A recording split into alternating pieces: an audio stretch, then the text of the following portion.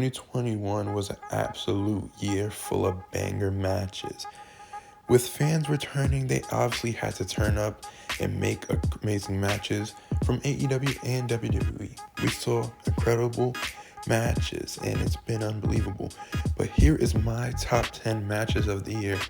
Obviously, mine is not the right list, it's just my list. And here goes the honorable mentions, which is John Cena versus Roman Reigns. Me being a Super Cena fan, it was so amazing to see John Cena back in the title picture and in WWE. The build up to this match was so good, and I enjoyed every single moment of it. What fell off for me was the match itself. People think it was really good, and it was a fine match. I just expected more from Cena and Reigns. That's just me. Also, another honorable mention is Bryan Danielson versus Eddie Kingston. This should be in a whole bunch of top 10 lists, honestly. This was a great match. Also, Roman Reigns versus Edge at Money in the Bank is also a good banger. And two more honorable mentions, Punk versus Eddie Kingston and Punk versus Darby Allin. Alright, now number 10 goes to no other than Bianca and Sasha Banks at WrestleMania. These two women tore it up. Me watching their live was amazing. The crowd was going crazy. And they made history as two black women to main event WrestleMania. And not only that, it built up a new star in Bianca Belair. So this definitely had to be a part of the list. Number 9 goes to Britt Baker versus Thunder Rosa. My God, I swear to God, I thought this match happened last year, but apparently it was this year. I swear to God, I forgot. But anyways, this match was definitely one of the biggest matches of the year. Both of these women gave it their all.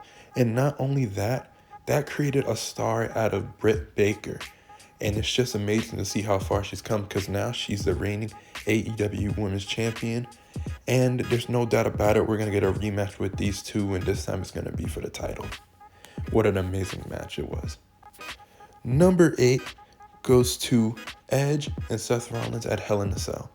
What makes this good is the storyline itself. This has been going on for a few years now. And it was great to see them start it all over due to the fact that Edge is cleared now. And with Seth Rollins doing the best heel work of his career, it only made sense to continue the storyline and end the storyline with an amazing Hell in a Cell match. It was just amazing. Number 7 goes to Darby Allin versus MJF. Not a lot of people have this on their top 10 list, and it makes sense, but just for me, I feel like it does need to, because nothing was on the line in this match, but it was such a good match. It showed 2 of the 4 pillars of AEW going at it, and it shows how bright the future is for AEW.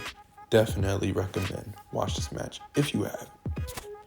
Number 6 goes to Roman Reigns versus Daniel Bryan on SmackDown, which was pretty much Daniel Bryan's final match, part of WWE.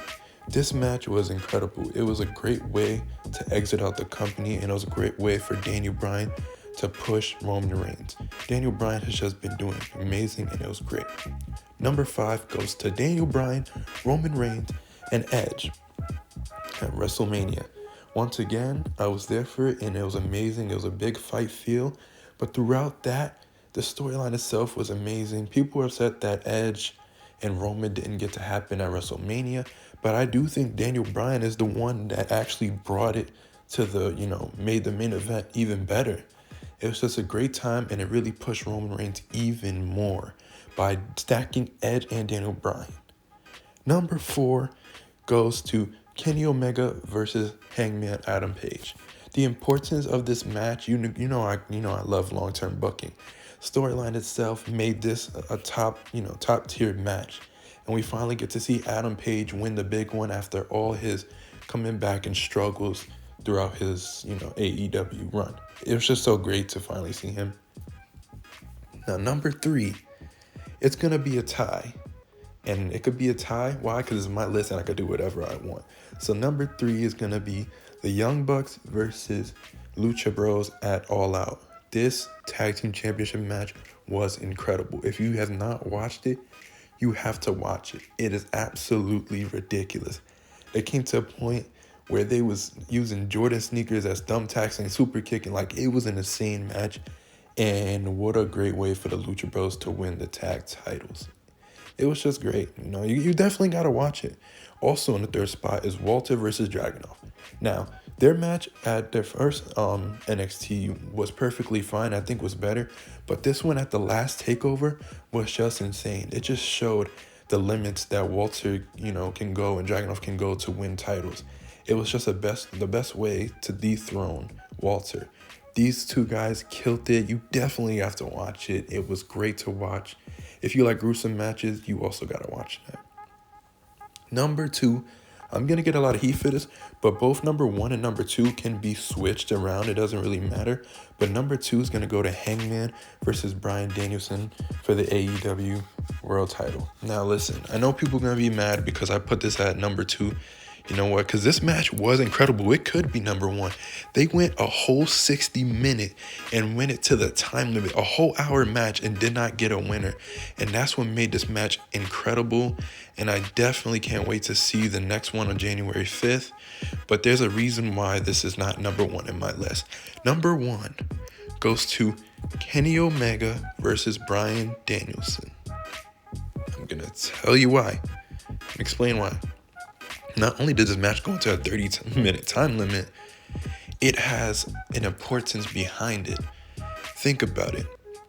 New York is WWE's territory. That's WWE's main, venue when it comes to pro wrestling. That's WWE's territory. The fact that Bryan and Kenny was able to bring, AEW itself, bringing this match together, was able to sell 21,000 seats at Arthur Ashe Stadium. I was there, and once the bell rung, everybody went insane. AEW did a great job of outperforming WWE in their own grounds. That's why, in my eyes, this is the number 1 match of the year. It had to be. You guys tore it up. It was insane. And I can't wait to see part 2 because once Kenny comes back, we're obviously going to see it happen. That is my top 10 matches of the year.